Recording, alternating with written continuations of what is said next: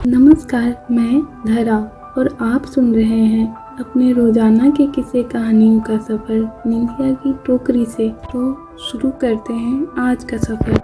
जंगल की सुकून भरी रात। बहुत समय पहले एक घना और शांत जंगल था जिसे लोग आनंद वन के नाम से जानते थे। यह जंगल अपने सौंदर्य और शांति के लिए दूर दूर तक प्रसिद्ध था।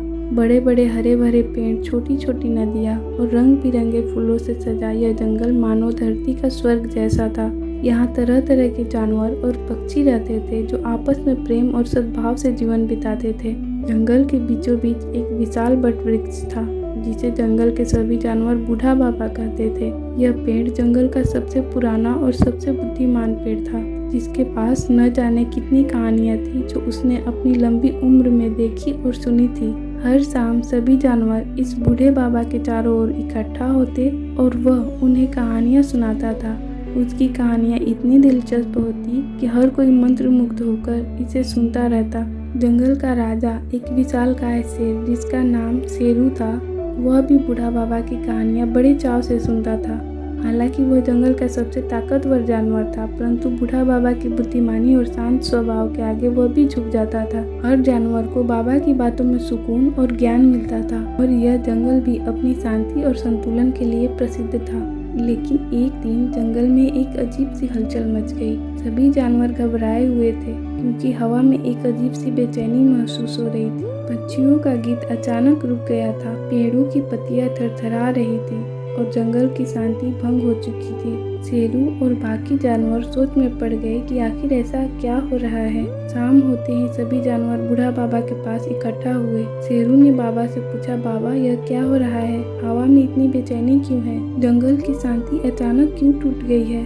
बूढ़ा बाबा ने गहरी सांस ली और कहा, यह जंगल हमें कुछ कहना चाहता है। यह हमें हमारे जीवन के संतुलन में बदलाव का संकेत है। जंगल के हर पेड़, हर जीव का जीवन एक दूसरे से जुड़ा हुआ है और जब यह संतुलन बिगड़ता है तो ऐसा ही होता है। हमें इसका कारण खोजना होगा। सभी जानवरों ने बाबा की बात को ध्यान से सुना। शेरू, जो बहुत बहादुर और तेज था, उसने कहा, मैं और मेरे साथी इस बदलाव का कारण ढूंढेंगे। हम इस जंगल के हर कोने में जाएंगे और देखेंगे कि क्या गलत हो रहा है। अगली सुबह शेरू ने अपने सबसे करीबी दोस्तों चीता, भालू और गिलहरी को साथ लिया और चारों जंगल के अलग अलग हिस्सों की ओर चल पड़े। शेरू उत्तर दिशा की ओर गया जहाँ जंगल के सबसे पुराने पेड़ थे। चीता दक्षिण की ओर जहाँ घने झरने बहते थे। भालू पूरब की ओर जहाँ घास के मैदान थे और गिलहरी पश्चिम की ओर जहाँ छोटी छोटी पहाड़ियाँ थी। जैसे ही शेरू जंगल के गहरे हिस्से में पहुंचा, उसने देखा कि कई पेड़ सूख रहे हैं। वहाँ पक्षी गा नहीं रहे थे और जानवर चुपचाप बैठे हुए थे। शेरू ने एक पुराने पेड़ से पूछा, यहाँ क्या हुआ?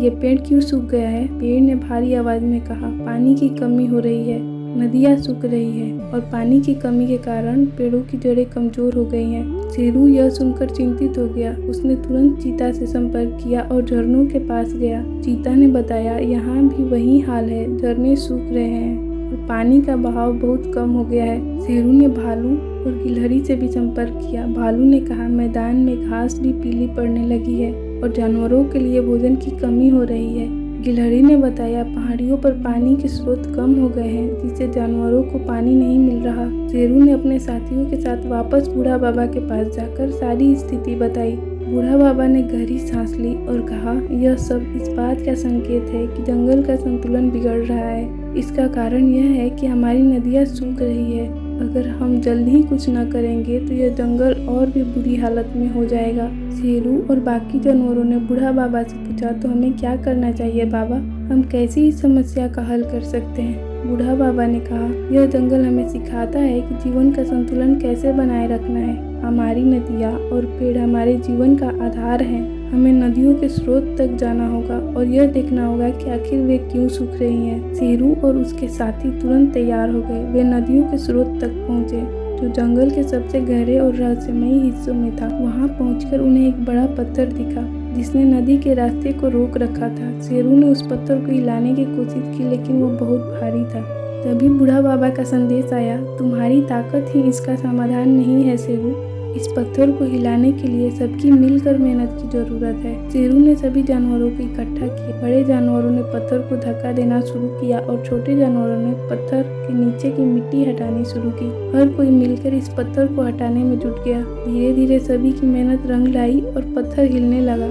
कुछ देर बाद पत्थर एक तरफ गिर गया और पानी का बहाव फिर से शुरू हो गया। जैसे ही पानी बहने लगा, नदियाँ फिर से जीवन से भर गई। सूखे हुए पेड़ फिर से हरे भरे हो गए। पक्षी फिर से गाने लगे और जंगल में पहले जैसी शांति और सौंदर्य लौट आया। शेरू और उसके साथियों ने राहत की सांस ली। बूढ़ा बाबा ने गर्व से कहा, तुम सभी ने यह दिखा दिया कि जब हम सब मिलकर काम करते हैं तो कोई भी समस्या बड़ी नहीं होती। यह जीवन का असली मंत्र है, साथ, सहयोग और सद्भाव। उस रात सभी जानवर बूढ़ा बाबा के चारों ओर इकट्ठा हुए। हवा में ठंडक थी और आसमान में चांद की हल्की रोशनी जंगल पर चिटक रही थी। बूढ़ा बाबा ने सभी को आज की सीख याद दिलाई और कहा, हमारी तरह ही यह जंगल भी एक परिवार है। अगर एक हिस्सा कमजोर हो तो पूरा परिवार कमजोर हो जाता है। हमें हमेशा मिलजुल कर रहना चाहिए और एक दूसरे का ध्यान रखना चाहिए। सभी जानवरों ने बाबा की बात को ध्यान से सुना और एक दूसरे की ओर देखकर मुस्कुराए। उस रात जंगल की ठंडी हवा और शांत वातावरण ने सभी जानवरों को ऐसा सुकून मिला जैसे किसी ने उनके दिलों में शांति भर दी हो। रात गहराती गई और जंगल के सभी जानवर अपने अपने घरों में जाकर चैन की नींद सो गए। शेरू भी अपनी गुफा में लौट आया और सोने से पहले उसने एक बार फिर जंगल की ओर देखा।